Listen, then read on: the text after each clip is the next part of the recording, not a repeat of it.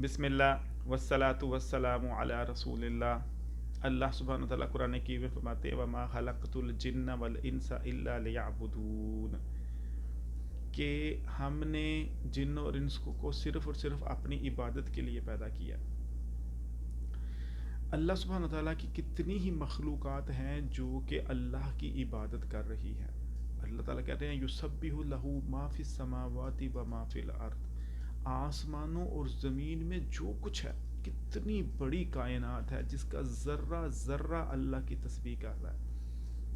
لیکن اللہ سبحانہ تعالیٰ کہتے ہیں کہ بے شمار مخلوقات کی تسبیح ایسی ہے جیسے انسان کو سمجھ نہیں آتی، وَلَٰكِن لَا تَفْقَهُونَ تَسْبِیحَهُمْ، تم ان کی تسبیح کو نہیں سمجھ سکتے۔ ہمیں نہیں سمجھ آتی کہ درخت اور پتے اللہ کی تسبیح کیسے کرتے ہیں، پہاڑ اور ہوا اللہ کی تسبیح کیسے کرتے ہیں، یہ پانی اور بارش اور بجلی اور کڑک یہ اللہ کی تسبیح کیسے کرتے ہیں، ہمیں سمجھ نہیں آ سکتی۔ اللہ تعالیٰ کہہ رہا ہے یہ تمہاری عقل، فہم اور شعور سے اوپر کی بات ہے۔ لیکن کوئی چیز بھی ایسی نہیں، اللہ تعالیٰ کہہ رہے اس کائنات میں میں نے بنائی جو کہ میری تسبیح نہ کرے۔ اور خاص کر کے اگر فرشتوں کی بات کی جائے تو بے شمار فرشتے تو ایسے ہیں جو کہ سجدے میں ہی ہیں، کچھ قیام میں بھی ہیں، کچھ اللہ کے عرش کو اٹھائے ہوئے اللہ کی تسبیح کر رہے ہیں، کچھ عرش کا طواف کرتے ہوئے اللہ کی تسبیح کر رہے ہیں۔ تو ساری کی ساری کائنات میں اللہ سبحانہ وتعالیٰ کی تسبیح اور تحلیل اور تمجید مسلسل ہو رہی ہے۔ تو ایسی کون سی چیز تھی جس کی وجہ سے اللہ تعالیٰ انسان کو بنانے لگا؟ ایسا کون سا کام انسان نے کرنا ہے جو باقی کوئی نہیں کر سکا؟ کیونکہ اللہ تعالیٰ کہہ رہے ہیں کہ انسان کی تخلیق کا مقصد اس کی عبادت ہے۔ تو ایسی وہ کون سی عبادت ہے جو کہ میرے جیسے کمزور انسان نے کرنی ہے جو کہ باقی مخلوق نہیں کر رہی؟ حالانکہ اللہ سبحانہ وتعالیٰ قرآن کریم میں فرما رہے ہیں کہ آسمانوں اور زمین کی ہر چیز ہی اللہ کی تسبیح کر رہی ہے، ہر چیز ہی عبادت کر رہی ہے۔ کسی کی عبادت تو ہمیں سمجھ آ رہی ہے، کسی کی عبادت ہمیں سمجھ نہیں آ رہی۔ جس نے بنایا وہ خوب سمجھتا ہے کہ کون کیسی عبادت کر رہا ہے۔ اور ایک جانور ہے یا ایک پرندہ ہے، کوئی پانی کے اندر مچھلی ہے یا آسمان کے اندر کوئی فرشتہ ہے، جو اجرام فلکی ہیں، جو سیارے ہیں یا ستارے ہیں، ہر چیز ہی اس کی تسبیح کر رہی ہے۔ تو ایسی وہ کون سی چیز تھی جو حضرت انسان نے کرنی تھی جو کہ باقی مخلوق نہیں کر پا رہی؟ اور وہ اسپیشل ہماری عبادت ہے، وہ خاص ہم انسانوں سے مطلوب ہے، اور وہی ہمیں پتہ نہیں ہے۔ تو گویا ہم نے نہ صرف اپنی راہ گم کر دی، ہم نے تو مقصد حیات ہی گم کر دیا۔ ہم ایسے دنیا میں کھپ گئے، صبح ہوتی ہے شام ہوتی ہے، زندگانی یوں ہی تمام ہوتی ہے، ہمیں تو پتہ ہی نہیں ہے کہ ہم نے کرنا کیا ہے اور ہمیں بنایا ہی کیوں گیا ہے۔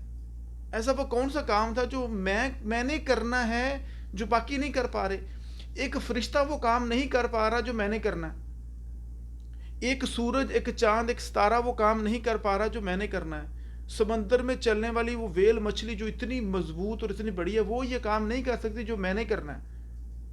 جو کام مجھ سے مطلوب ہے وہ جبریل امین بھی نہیں کر سکتے، جو اتنا بڑا فرشتہ ہے، اس کے 600 پر ہیں، اور ایک پر کی ایک کونے سے اس نے لوط علیہ السلام اور ان کی جو بستیاں تھی 6 کے قریب بستیاں، اس کو اٹھا کے آسمان سے نیچے پٹخ دیا تھا اس نے۔ اتنا مضبوط فرشتہ ہے اللہ تعالیٰ نے بنایا کہ جس کا ایک پر ہی افق پہ چھایا ہوا ہے اور اس کے 600 پر ہیں کہ وہ کائنات پوری کو ہلا دے۔ اتنا مضبوط فرشتہ اللہ نے بنایا ہے، تو وہ یہ کام نہیں کر سکتا جو میں نے کرنا ہے۔ اللہ اکبر! اور مجھے اس کام کا پتہ ہی نہیں۔ اللہ سبحانہ وتعالیٰ قرآن کریم میں فرماتے ہیں وَمَن يَعْصِ اللَّهَ وَرَسُولَهُ وَيَتَعَدَّ حُدُودَهُ يُدْخِلْهُ نَارًا خَالِدًا فِيهَا وَلَهُ عَذَابٌ مُهِينٌ۔ جو اللہ کی نافرمانی کرے گا، یہ صرف میرے اندر یہ طاقت اور ہمت اللہ نے دی ہے، اور یہ میرے چاروں طرف جو ہے نا کشش والی پرکشش چیزیں بنا دی ہیں کہ اللہ تعالیٰ نے کہا کہ میری نافرمانی نہیں کرنی، وہی ہم کرتے ہیں۔ یہ وہ کام ہے جو کہ فرشتہ نہیں کر سکتا، کیونکہ فرشتے کے بارے میں اللہ تعالیٰ کہتے ہیں لا یعصون اللہ ما امرهم ویفعلون ما یؤمرون۔ فرشتہ اللہ کی نافرمانی نہیں کر سکتا۔ کوئی بھی اللہ کی نافرمانی، ایک گائے نے دودھ دینا تو اس نے دینا ہی دینا ہے، وہ یہ نہیں کہہ سکتی میں نے دودھ۔ ایک اگر درخت نے، سیب کا درخت ہے، اس نے سیب لگانا، اس نے لگانا ہی لگانا ہے، وہ یہ نہیں کہہ سکتا میں نہیں لگاؤں گا۔ سورج نے اگر تپش اور روشنی دینی ہے، اس نے دینی ہی دینی ہے، اس نے اپنے کے مدار میں گھومنا ہے، اس نے وہ گھومنا ہی گھومنا ہے، اس کا مدار ایک ہے، اس نے اسی گرد چکر لگانا ہے۔ کوئی اپنے مدار سے، اپنی اوقات سے، اپنی تسبیح سے، اپنے کام سے بھاگ نہیں سکتا. کوئی اللہ کی نافرمانی نہیں کر سکتا سوائے حضرت انسان کے. تو کیا مجھے پتا ہے کہ میں صبح سے لے کر شام تک اللہ کی کتنی نافرمانیاں کرتا ہوں، اور میں نے اپنی مقصد حیات ہی گم کر دیا. جس وجہ سے اللہ تعالیٰ نے بنایا تھا، یہ چاروں طرف یہ جتنا گند اور گندگی اور غلاظت ہمیں نظر آ رہی ہے، اس کا کوئی مقصد ہے؟ یہ شیطان جو اللہ سبحانہ تعالیٰ نے بنایا ہے، اس کا کوئی مقصد ہے کہ بھئی یہ ساری پرکشش چیزیں تمہیں نظر آ رہی ہیں، ان کو دیکھو اور ان کی طرف لپکنا نہیں. حرام نظر آ رہا ہے، بڑا اٹریکٹیو لگ رہا ہے، لیکن اس کی طرف لپکنا نہیں. یہ سود بڑا خوبصورت نظر آ رہا ہے کہ میں ایک بندے کو 2-3 ہزار روپیہ قرضہ دے دیتا ہوں، بعد میں اس بیچارے نے تو مجھے دینا نہیں، میں پھر اسے مہینے کے اتنے پیسے کماؤں گا. کتنا خوبصورت لگ رہا ہے اس کو، اس کا میں خون نچوڑوں گا، اس کی زندگی کو تباہ و برباد کر دوں گا میں. کتنا خوبصورت لگ رہا ہے. یہ اس بندے کے گھر میں تو کوئی نہیں ہے، رات کو میں جا کے چوری کر لوں گا. کوئی دیکھ تو رہا نہیں، میں دودھ میں پانی ملا دوں گا. کسی کو پتا تو چلا نہیں، میں گدھے کا گوشت کھلا دیتا ہوں ان کو، ملاوٹ کر دیتا ہوں میں. یہ اس کو کیوں اتنا مل گیا ہے، اس سے حسد کر رہا ہوں، اس کی غیبت کر رہا ہوں. 4 بندے گھر میں بیٹھے ہیں تو 5ویں کی غیبتیں ہو رہی ہیں. ساری رات غیبتیں ہو رہی ہیں، ساری رات. اس سے تو بہتر تھا کہ ہم پیدا ہی نہ ہوتے. کہ جس مالک نے بنا کے کہا ہے کہ میری نافرمانی نہیں کرنی، یہ تمہاری زندگی کا مقصد، میں نے تمہیں اس لیے بنایا ہے، اور یہ چاروں طرف تمہاری گندگیاں، غلاظتیں اور جو ساری چیزیں ہیں نا، ان سے اپنے آپ کو پاک کرنا ہے، میری نافرمانی نہیں کرنی. تو جب یہ حکم مل گیا ہے تو ہم وہی کام کر رہے ہیں. تو اپنی تو زندگی کا مقصد ہی بھول گئے. ہم سے تو وہ بیڑ بکری اچھی نہیں ہے جو اپنے جو اس کو کام ملا وہ کر رہی ہے. پھر ہم اشرف المخلوقات کیسے ہو گئے؟ اشرف المخلوقات تو تب ہوئے نا کہ جو کام مجھے دیا گیا ہے میں نے وہ کیا. مثلا ایک ماں ہے، اس کا بچہ اس کو ہوا تو اس نے اس کو کوڑے میں پھینک دیا، تو وہ کون سی ماں ہے؟ وہ اس نے ماں والا کام کیا. ایک استاد ہے، اس کے پاس ایک بچہ پڑھنے کے لیے، وہ پڑھائی کے بجائے اسے گھر کا کام کروا رہا ہے اور اسے مار مور رہا ہے، کیا وہ استاد کہلائے گا؟ کیونکہ اس نے تو وہ کام کیا ہی نہیں. ایک ڈاکٹر کے پاس گیا ہے، وہ ڈاکٹر اس کو دوائی دینے کے بجائے اسے زہر دے دیتا ہے، تو کیا وہ پھر بھی ڈاکٹر کہلائے گا؟ تو ہم اپنے کام کی بنا پر ہے نا، وہ الیس للانسان الا ما سعى وان سعيه سوف يرى. ہمیں جو کام دیا گیا ہم نے وہ کام کرنا ہے تو اشرف المخلوقات بنے گی نا. نہیں تو ہم کیا ثم رددناه اسفل سافلين، پھر تو گٹیا سے گٹیا کی طرف چلا گیا. وہ تو انعام اور چپایوں سے بھی بدتر ہو گیا. ہم اپنے اعمال اور اپنے کرتوتوں سے ایک لوور لیول کے جانور سے بھی نیچے چلے جاتے ہیں، اور اپنے کام اور اچھے اخلاق سے تو ہم فرشتوں سے بھی اوپر جا سکتے ہیں. ہمارے اندر اتنا پوٹینشیل ہے کہ ہم فرشتوں کو بھی کراس کر سکتے ہیں، اور ہمارے اندر اتنا پوٹینشیل ہے کہ ہم جانوروں کو بھی کاٹ سکتے ہیں، ہم اس کے سے بھی لوور لیول پہ جا سکتے ہیں. تو اللہ سبحانہ تعالیٰ کہہ رہے ہیں وَمَن يَعْصِ اللَّهَ وَرَسُولَهُ. اور یہ آیت اسپیشلی جو آئی ہے وہ سورہ نساء کی ہے، جب اللہ سبحانہ تعالیٰ وراثت کے احکامات تقسیم کر رہی ہے کہ بیٹے کو اتنا ملے گا، بیٹی کو اتنا ملے گا، بیوی کو اتنا ملے گا، ماں کو اتنا ملے گا، باپ کو اتنا ملے گا. سب کے وراثت کے جو ہے نا حصے اللہ سبحانہ تعالیٰ قرآن کریم میں بیان کرتے ہوئے کہہ رہے ہیں وَمَن يَعْصِ اللَّهَ وَرَسُولَهُ.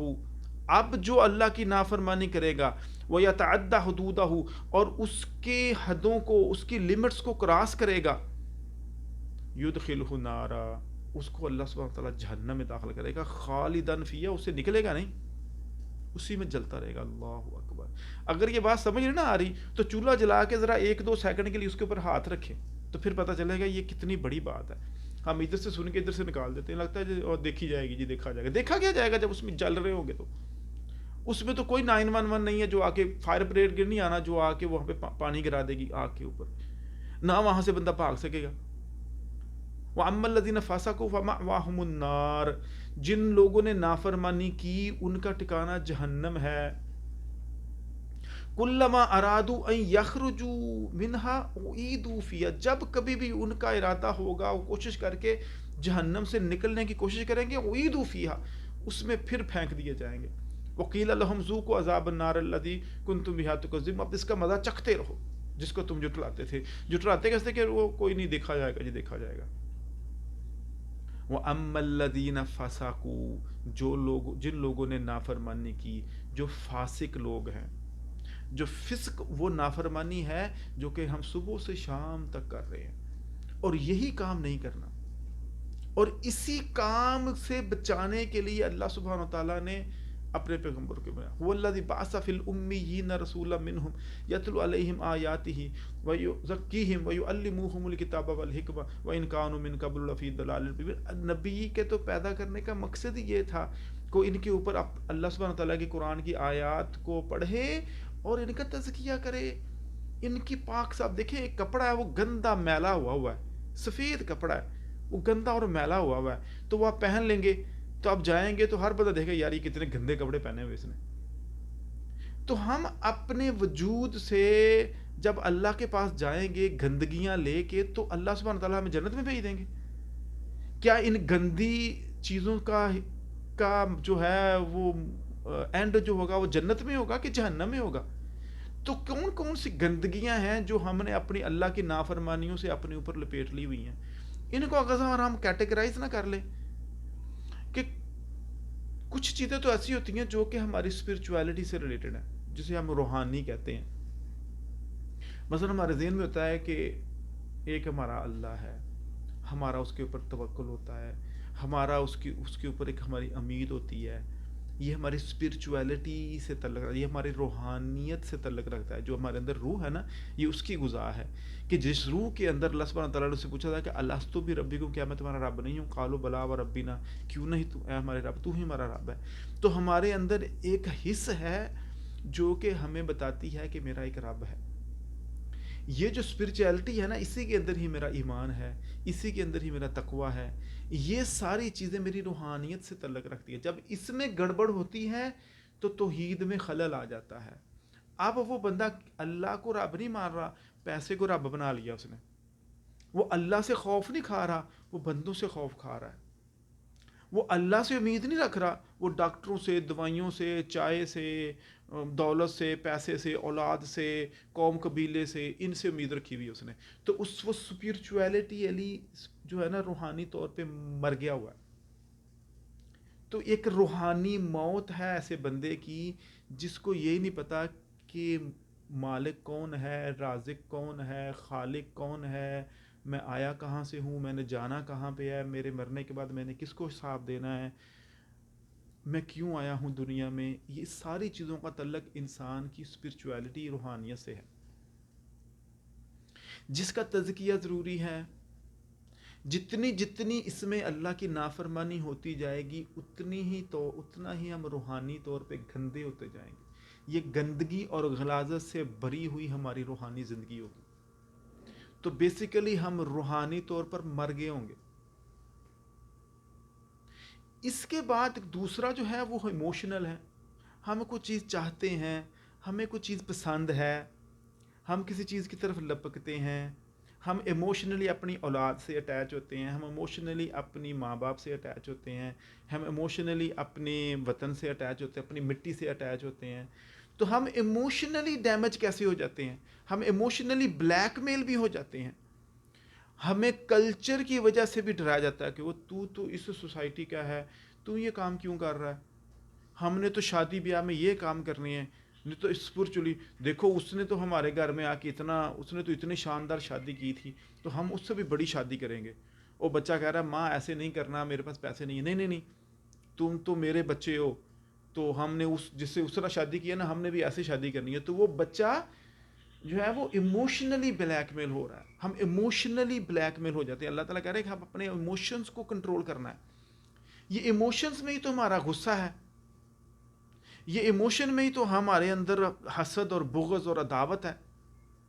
تو اس کو ہم نے کیسے صاف کرنا ہے؟ جتنی ہم اللہ کی نافرمانیاں کری جا رہے ہیں، ہم اپنے ایموشن کو ڈیمیج کری جا رہے ہیں. تو یہ گندے خیالات، یہ گندی سوچیں ہم نے کب ٹھیک کرنی ہے؟ یہ اپنے ایموشنز کو کب ٹھیک کرنا ہے؟ جو ہمارے ایموشنز صحیح ہوتے جائیں گے ویسے ہم ایموشنلی صاف ہوتے جائیں گے. تو گندگی ہماری روحانیت میں بھی ہے، گندگی ہمارے ایموشنز میں بھی ہے. اور گندگی ہماری جسم میں بھی ہے، تو جسمانی گندگیوں کو بھی صاف کرنا ہے۔ اللہ سبحانہ وتعالیٰ تو نبی علیہ السلام سے میں کہا یا ایھا المدثر قم فانذر ربک فکبر وثیابک فطہر والرجز فاہجر ولا تمنن تستکثر ولربک فاصبر۔ اللہ اکبر۔ تو اے پیارے پیغمبر اپنے کپڑوں کو صاف رکھیں، ہر قسم کی گندگی اور پلیدگی سے ہجرت کر جائے، چھوڑ دیں اس کو۔ کسی پر احسان اس لیے نہ کریں کہ اس سے واپس لیں گے۔ ہم سب یار اور دوست مطلبی ہیں، مطلبی زندگی ہے، ہم دوسروں سے ملتے ہیں تو مطلب ہے کہ ہماری بات ہوتی ہے تو اندر کچھ ہوتا ہے، منہ سے کچھ کہہ رہے ہوتے ہیں، کسی کو فون کر رہے ہیں تو اندر کچھ سوچ رہے ہیں، فون کسی اور طریقے سے کر رہے ہیں۔ یا ایھا الذین آمنوا قولوا قولا سدیدا، سیدھی بات کیا کرو، سچی بات کیا کرو۔ ہم بات میں کھوٹے ہیں، وعدوں میں خلافی کرتے ہیں، امانت میں خیانت کرتے ہیں، جھوٹ بولتے ہیں، ہم دوسرے کا حق مار لیتے ہیں، وراثت کا مال ہڑپ کر جاتے ہیں، ملاوٹ کر دیتے ہیں، حسد کرتے ہیں، غیبتیں کرتے ہیں ساری ساری رات، ہم دوسروں پہ ظلم کرتے ہیں، دوسروں کا حق مار جاتے ہیں، فراڈ کر جاتے ہیں، چوری کر لیتے ہیں، 10 روپے کی خاطر اپنا ایمان بیچ دیتے ہیں۔ تو گندگیوں اور غلاظتوں کے ڈھیروں میں ہیں ہم۔ اللہ اکبر۔ اور پھر اللہ تعالیٰ کہہ رہے ہیں کہ انسان تجھے بنایا میں نے اس لیے ہے کہ تو نے میری نافرمانی نہیں کرنی۔ تو جب ہم نے اسپرچولی نافرمانی کی تو وہاں پہ گندے ہو گئے، جب ہم نے ایموشنلی نافرمانی کی اللہ کی تو وہاں پہ گندے ہو گئے، جب ہم نے جسمانی طور پر نافرمانی کی تو ہم وہاں پہ گندے ہو گئے، جب فائنانشلی ہم نے نافرمانی کی، اللہ تعالیٰ میں حرام سے کما رہے ہیں، حرام کھا رہے ہیں، اپنے پیسے کو غلط استعمال کر رہے ہیں، پیسے کی خاطر نہ حلال دیکھ رہے ہیں نہ حرام دیکھ رہے ہیں، تو گندگیوں کے ڈھیروں میں فزادہم رجس علی رجس، تو وہ پلیدیوں کے اوپر پلیدی جمع ہوتی جا رہی ہے۔ اور پھر ہم کہہ رہے ہیں جی ماشاءاللہ ماشاءاللہ ماشاءاللہ میں تو جنت میں جاؤں گا، میرے لیے تو جنت پکی ہے۔ تو یہ جو رمضان آیا تھا نا، اس کا کوئی ٹارگٹ تھا نا کہ اللہ کا تقوی اختیار کریں۔ یا ایھا الذین آمنوا کتب علیکم الصیام کما کتب علی الذین من قبلکم لعلکم تتقون، تاکہ تم بچو ان گندگیوں سے، ان غلاظتوں سے بچو۔ تو اس کا کوئی ٹارگٹ سیٹ کیا تھا ہم نے، کچھ چینج آئی ہم میں۔ اگر ہمارے اندر 10 بیماریاں ہیں تو کیا ان کو ایک ایک کر کے ہم نے چن چن کے نوٹ کر لیا، کسی ایک دو کو ہم نے ٹارگٹ کر لیا کہ چلو یار یہ تو میں نے اب چھوڑنی ہے، غیبت کرتا ہوں نا میں، اس کو چھوڑنا، کوشش تو کریں نا۔ یہی کال قیامت کہیں گے یا اللہ میں کوشش کر رہا تھا تو مر گیا، میرے سے نہیں ہو سکا لیکن میں نے کوشش، کم از کم کوشش تو کریں۔ ہم کوشش ہی نہیں کرتے، ہمیں پتہ ہی نہیں ہے کہ یہ کام بھی کرنا ہے۔ فرض کرے اگر بندہ نماز نہ پڑھتا تو چلو وہ پھر کوشش کرتا ہے چلو یار میں نماز پڑھ لوں، اگر وہ روزہ نہیں رکھنا تو پتہ ہے یار میں چلو روزہ رکھ لوں۔ لیکن اگر غیبت کرنے والے کو نہیں پتا کہ میں غیبت سے دوڑنا ہے، اللہ تعالیٰ کہتے ہیں وَسَارِعُوا إِلَىٰ مَغْفِرَةٍ مِّن رَبِّكُمْ وَجَنَّةٍ، بھاگو اللہ کی مغفرت اور اللہ کی جنت کی طرف۔ بھاگنا کہاں ہے؟ گناہوں سے نا۔